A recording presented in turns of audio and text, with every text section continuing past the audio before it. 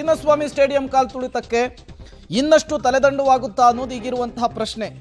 IPS ಆಫೀಸರ್ಸ್ಗಳ ಬಳಿಕ IAS ಅಧಿಕಾರಿಗಳ ವಿರುದ್ಧ ಕ್ರಮವಾಗುತ್ತಾ?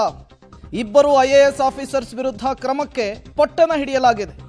ಕಡ್ಡಾಯ ರಜೆಯ ಮೇರೆಗೆ ಅವರನ್ನು ಕಳುಹಿಸಬೇಕು ಅಂತ ಹೇಳಿ ಒತ್ತಡ ಜಾಸ್ತಿ ಆಗ್ತಿದೆ. ಸಂಜೆ ಇದೇ ವಿಚಾರಕ್ಕೆ ಒಂದು ಮಹತ್ವದ ಸಭೆಯನ್ನು ಮಾನ್ಯ ಮುಖ್ಯಮಂತ್ರಿಗಳು ಕರೆದಿದ್ದಾರೆ. ಈ ಸಭೆಯಲ್ಲಿ ಗೃಹ ಸಚಿವ ಜಿ ಪರಮೇಶ್ವರ್ ಇರ್ತಾರೆ, ಎಚ್.ಕೆ. ಪಾಟೀಲ್ ಇರ್ತಾರೆ, ಮುಖ್ಯ ಕಾರ್ಯದರ್ಶಿಗೂ ಕೂಡ ಸಿಎಂ ಬುಲಾವ್ ಕೊಟ್ಟಿದ್ದಾರೆ ಅನ್ನೋದು ಗೊತ್ತಾಗ್ತಾ ಇದೆ. ಹಾಗಾಗಿ ಈ ಪ್ರಕರಣದಲ್ಲಿ ಸಿಎಂ ಸಿದ್ದರಾಮಯ್ಯನವರು ಮತ್ತಷ್ಟು ತಲೆದಂಡಕ್ಕೆ ಮುಂದಾಗುವಂತಹ ಸಾಧ್ಯತೆ ಇದೆ. ಈಗಾಗಲೇ 7 ಅಧಿಕಾರಿಗಳ ತಲೆದಂಡವನ್ನು ಹಾಕಿರೋದು ದೊಡ್ಡ ಮಟ್ಟದ ಆಕ್ರೋಶಕ್ಕೆ, ಚರ್ಚೆಗೂ ಕೂಡ ಕಾರಣವಾಗಿತ್ತು. ಈ ಬೆನ್ನಲ್ಲೇ ಇಬ್ಬರು ಐಎಎಸ್ ಆಫೀಸರ್ಸ್ಗಳ ಹೆಸರು ಕೂಡ ದೊಡ್ಡ ಮಟ್ಟದಲ್ಲಿ ಚರ್ಚೆಗೆ ಗ್ರಾಸವಾಗ್ತಾ ಇದೆ. ಅವರಿಗೂ ಕೂಡ ಈ ಬಿಸಿ ತಟ್ಟುವ ಸಾಧ್ಯತೆ ಇದೆ. ಇವತ್ತಿನ ಸಭೆಯಲ್ಲಿ ಬಹುತೇಕ ಅದನ್ನು ನಿರ್ಣಯ ಮಾಡುವಂತಹ ಸಾಧ್ಯತೆ ಇರುವಂಥದ್ದು. ನಾಳೆ ಸಿಎಂ ಸಿದ್ದರಾಮಯ್ಯನವರು ದೆಹಲಿಗೆ ತೆರಳುವ ಮೊದಲು ಇವತ್ತೊಂದು ಮಹತ್ವದ ಸಭೆಯನ್ನು ಕೂಡ ನಡೆಸ್ತಾ ಇದ್ದಾರೆ. ಮತ್ತಷ್ಟು ಡೀಟೇಲ್ಸ್ ರವೀಶ್ ಕೊಡ್ತಾರೆ, ನೇರ ಸಂಪರ್ಕದಲ್ಲಿ ಜಾಯಿನ್ ಆಗಿದ್ದಾರೆ. ರವೀಶ್, ನಾಳೆ ದೆಹಲಿ ಪ್ರವಾಸ, ಅದಕ್ಕೂ ಮೊದಲು ಇವತ್ತು ಸಂಜೆ ಮಹತ್ವದ ಮೀಟಿಂಗು. ಈ ಮೀಟಿಂಗ್ನಲ್ಲಿ ಏನೆಲ್ಲ ಬೆಳವಣಿಗೆಗಳಾಗುತ್ತೆ ಅಂತ ಹೇಳಿ, ಇಬ್ಬರು ಹಿರಿಯ ಐಎಎಸ್ ಆಫೀಸರ್ಸ್ಗಳಿಗೂ ಕೂಡ ಈ ತಲೆದಂಡದ ಬಿಸಿ ತಟ್ಟಬಹುದು ಅನ್ನುವಂತಹ ಮಾತುಗಳು ಕೇಳಿ ಬರ್ತಾ ಇದೆ. ಇದು ಎಷ್ಟರ ಮಟ್ಟಿಗೆ ಸಾಧ್ಯತೆ ಇದೆ ಇವತ್ತಿನ ಸಭೆಯಲ್ಲಿ ಅಂತ?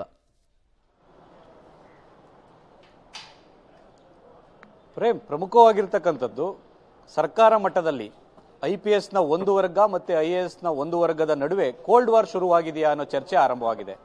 ಅಂದ್ರೆ ಕೇವಲ IPS ಅಧಿಕಾರಿಗಳನ್ನ ಮಾತ್ರ ತಪ್ಪಿತಸ್ಥ ಸ್ಥಾನದಲ್ಲಿ ನಿಲ್ಲಿಸಿ ಇದು ಪೊಲೀಸ್ ಇಲಾಖೆಯ ಜವಾಬ್ದಾರಿ, ಭದ್ರತೆಗೂ ನಮಗೂ ಸಂಬಂಧ ಇಲ್ಲ ಅಂತ ಹೇಳೋದು ಒಂದು ಭಾಗ ಆದ್ರೆ, ವಿಧಾನಸೌಧದ ಕಾರ್ಯಕ್ರಮದಲ್ಲಿ ಯಾವುದೇ ರೀತಿಯ ಲೋಪ ಆಗಿಲ್ಲ. ಹಾಗಾಗಿ ಇಲ್ಲಿ IAS ಅಧಿಕಾರಿಗಳಿಗೆ ಇದಕ್ಕೆ ಸಂಬಂಧಪಟ್ಟಂತವರಿಗೆ ಯಾರಿಗೂ ಕೂಡ ಸಂಬಂಧ ಇಲ್ಲ ಅಂತದ್ದು ಹೇಳೋದು ಎಷ್ಟರ ಮಟ್ಟಿಗೆ ಸರಿ ಅನ್ನೋ ಪ್ರಶ್ನೆಯನ್ನು ಕೂಡ IPS ನ ಒಂದು ಗುಂಪು ತನ್ನದೇ ಆದ ವೇದಿಕೆಯಲ್ಲಿ ವ್ಯಕ್ತಪಡಿಸಿರ್ತಕ್ಕಂಥದ್ದು. ಹಾಗಾಗಿ IAS ಅಧಿಕಾರಿಗಳ ವಿರುದ್ಧವೂ ಕೂಡ ಕ್ರಮ ಆಗಬೇಕು ಅಂತೇಳಿ, ಅಂದ್ರೆ ಅದಕ್ಕೆ ಅನುಮತಿಯನ್ನ ಕೊಡೋದರಿಂದ ಹಿಡಿದು ವಿಧಾನಸೌಧದಲ್ಲಿ ಕಾರ್ಯಕ್ರಮ ಬೇಡ ಅಂತ ಹೇಳಿದ್ರು ಕೂಡ ಇಲ್ಲ ಮಾಡಬೇಕಾಗತ್ತೆ, ಮಾಡಿದ್ರೆ ಏನೂ ಆಗಲ್ಲ ಅಂತ ಹೇಳಿ ಸಜೆಷನ್ ಕೊಟ್ಟಂತವರೇ IAS ಅಧಿಕಾರಿಗಳು. ಇಂತಹ ಸನ್ನಿವೇಶದಲ್ಲಿ ಅವರ ವಿರುದ್ಧವೂ ಕೂಡ ಕ್ರಮ ಆಗಬೇಕು ಅನ್ನೋ ಒತ್ತಡವೂ ಕೂಡ ಹೆಚ್ಚಾಗಿದೆ. ಹಾಗಾಗಿ ಇದು ಸಚಿವರಲ್ಲೂ ಕೂಡ ಒಂದು ರೀತಿಯಲ್ಲಿ ಆತಂಕ ಮನೆ ಮಾಡಿದೆ. ಅಂದ್ರೆ ಆಡಳಿತಾತ್ಮಕವಾಗಿ ಏನಾದ್ರು ಪರಿಣಾಮ ಬೀರ್ಬಿಡುತ್ತಾ, IPS ವರ್ಸಸ್ IAS ನಡುವಿನ ಕೋಲ್ಡ್ ವಾರ್ ಶುರು ಆದ್ರೆ ಅನ್ನೋ ಆತಂಕವೂ ಕೂಡ ಇದೆ. ಮತ್ತೆ ಕೆಲ ಸಚಿವರು ಕೂಡ IAS ನ ಕೆಲವರು ಬಗ್ಗೆಯೂ ಕೂಡ ನೀವು ಕ್ರಮಗಳನ್ನು ತೆಗೆದುಕೊಳ್ಬೇಕು ಅನ್ನೋ ಒತ್ತಡವನ್ನು ಕೂಡ ಹಾಕಿದ್ದಾರೆ. ಹಾಗಾಗಿ ಇದರ ಹಿನ್ನೆಲೆಯಲ್ಲಿ ಜೊತೆಗೆ ಕೋರ್ಟ್ನಲ್ಲಿ ಸುಮೋಟೋ ಕೇಸು ವಿಚಾರಣೆ ಸಂದರ್ಭದಲ್ಲಿ ಬರುವಂತಹ ಸಂದರ್ಭದಲ್ಲಿ ಸರ್ಕಾರದ ನಿಲುವು ಮತ್ತೆ ಮುಂದಿನ ನಡೆಗಳು ಏನು ಇರಬೇಕು ಅನ್ನೋದ್ರ ಬಗ್ಗೆ ಕೂಡ ಚರ್ಚೆ ಮಾಡೋದಕ್ಕೆ ಇವತ್ತು ಮುಖ್ಯಮಂತ್ರಿ ಸಿದ್ದರಾಮಯ್ಯ ಅವರ ತುರ್ತು ಸಭೆಯನ್ನು ಕೂಡ ಕರೆದಿದ್ದಾರೆ ಅಂತ ಹೇಳಲಾಗ್ತದೆ. ಆ ಸಭೆಯಲ್ಲಿ ಏನಾದ್ರೂ ಕಾನೂನಾತ್ಮಕವಾಗಿ ವಿಚಾರಗಳು ಬಂದಂತಹ ಸಂದರ್ಭದಲ್ಲಿ ಯಾವುದೇ ರೀತಿಯ ತೊಡಕಿರೋದಿಲ್ಲ ಈ ಒಂದು IAS ಅಧಿಕಾರಿಗಳ ತಲೆದಂಡದ ವಿಚಾರವಾಗಿ, ಅವರ ವಿರುದ್ಧ ಕ್ರಮದ ವಿಚಾರವಾಗಿ ಅಂತ ಏನಾದರೂ ಅಭಿಪ್ರಾಯಗಳು ಕೇಳಿ ಬಂದ್ರೆ ಖಂಡಿತವಾಗಿ ಕೂಡ ಅವರ ವಿರುದ್ಧವೂ ಕೂಡ ಕ್ರಮ ಆಗುವಂತ ಚಾನ್ಸಸ್ ಜಾಸ್ತಿ ಇರುತ್ತೆ. ಪ್ರೇಮ್, ಓಕೆ ರವೀಶ್, ಹಾಗೆ ಸಂಪರ್ಕದಲ್ಲಿರಿ, ಮತ್ತಷ್ಟು ಅಪ್ಡೇಟ್ಸ್ ಅನ್ನ ನಿಮ್ಮಿಂದ ಪಡಿತಾ ಹೋಗ್ತೀನಿ. ಇದೇ ವಿಚಾರಕ್ಕೆ ಸಂಬಂಧಪಟ್ಟಂತೆ ಮತ್ತಷ್ಟು ಡೀಟೇಲ್ಸ್ ಕೂಡ ಲಭ್ಯವಾಗ್ತಾ ಇದೆ.